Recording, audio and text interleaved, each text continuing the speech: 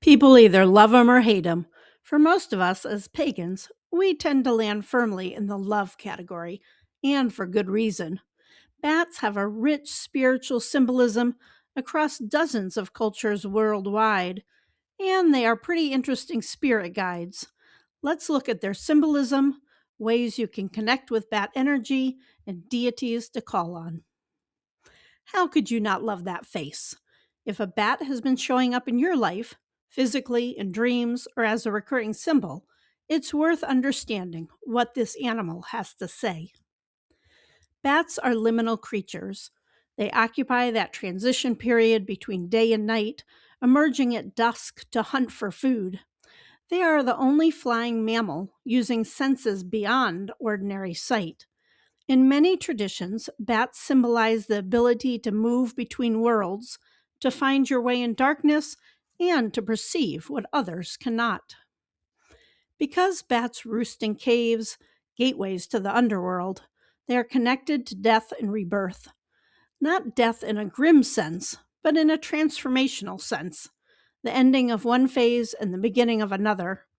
Bats sleep hanging upside down, which many interpret symbolically as seeing the world from a different perspective, or the ability to let go of what no longer serves you. Bats navigate by echolocation, trusting senses beyond their vision. They symbolize intuition and inner knowing. Bats don't rely on sight to navigate. They emit sound and listen to what comes back.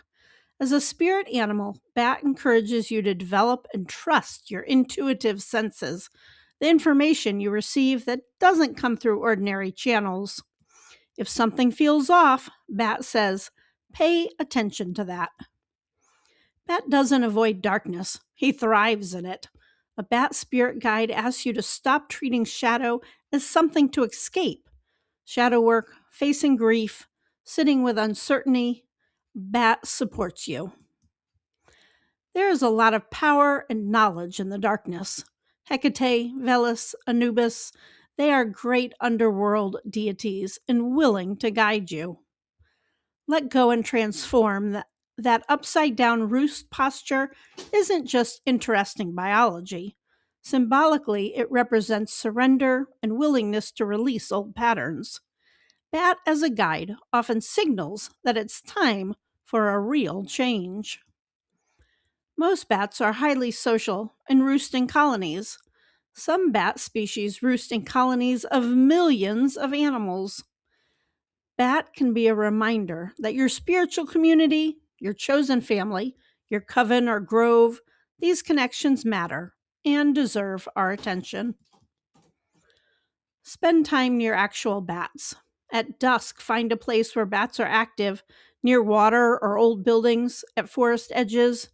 Simply observe. Bats are not dangerous. They're beneficial. A single bat can eat thousands of insects per night. If you live in an urban area, a local environmental education center or zoo may have bats.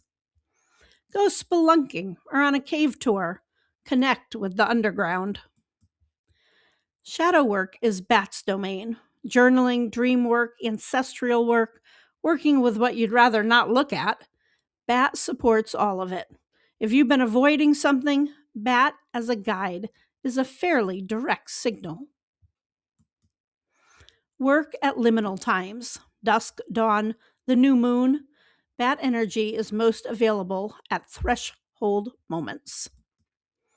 Use bat imagery and altar work when you're in periods of transition or when you're practicing your psychic skills or doing any kind of underworld work. The association between bats and witches transcends the ages. It runs through multiple cultures, though it became more amplified in Western Europe and America during the periods of witch persecution. Because bats have been poorly understood for most of human history, they were easy targets for fear-based folklore. We have a number of deities associated with bats. The most prominent bat deity in pagan tradition comes from Mesoamerican religion.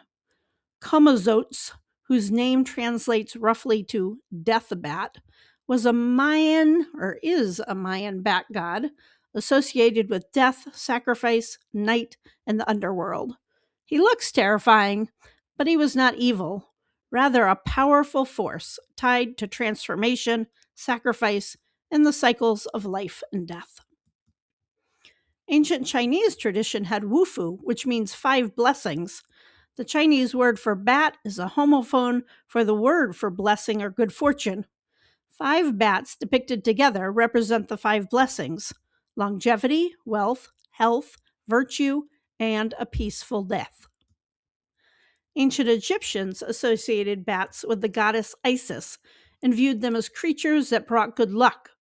They often symbolized the balance between light and darkness. Check out my video on the passionate love of Isis and Osiris. As the god of death and embalming, Anubis presided over the weighing of hearts in the underworld to judge the dead. Death was just as important as life. Therefore, Anubis was a major part of the transformation from life to death and back to life again. Anubis wants us to work hard. Don't be afraid of the dark in your hearts. Accept it to do shadow work, even if it might be painful. Bats were among the sacred animals of Persephone, as a goddess who moves between the living world and the dead. Her dual existence, part of one of each year above ground and part below, mirrors exactly what the bat represents. If you work with Persephone, or Hades for that matter, bat imagery and bat energy are important in your devotional relationship. Incorporate bats into altar work through imagery or offerings.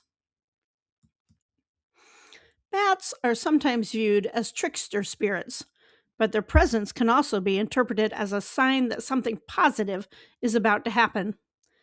In the Native American Cherokee tradition, the bat is central to a key origin legend regarding stickball, now what we call lacrosse. There was a big match between the birds and the animals. During the game, 2 small mice wanted to join the birds' team, but they had no wings. The birds made wings for them out of a drum and leather, creating the first bat and the first flying squirrel. The birds won the match. Bats are instrumental in the pollination of over 500 plants, such as agave, used in tequila, bananas, mangoes, guava, and the Saharan cactus.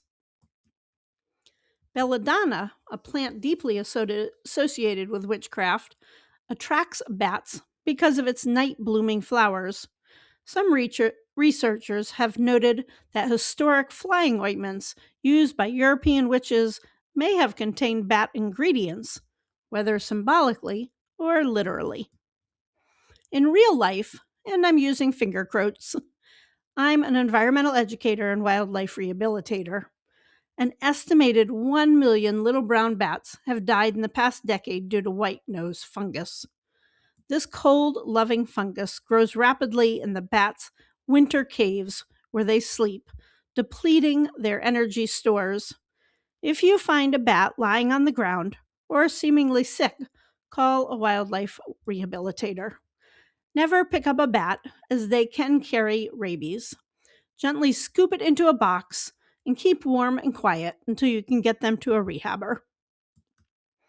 This baby eastern red bat was rescued and released at the Dane County Humane Society here in Wisconsin. Let's protect our wonderful familiars. I would love to hear your experiences with bat. Let me know in the comments. Check out my video on Anubis next. Thanks for watching, and have a very witchy day.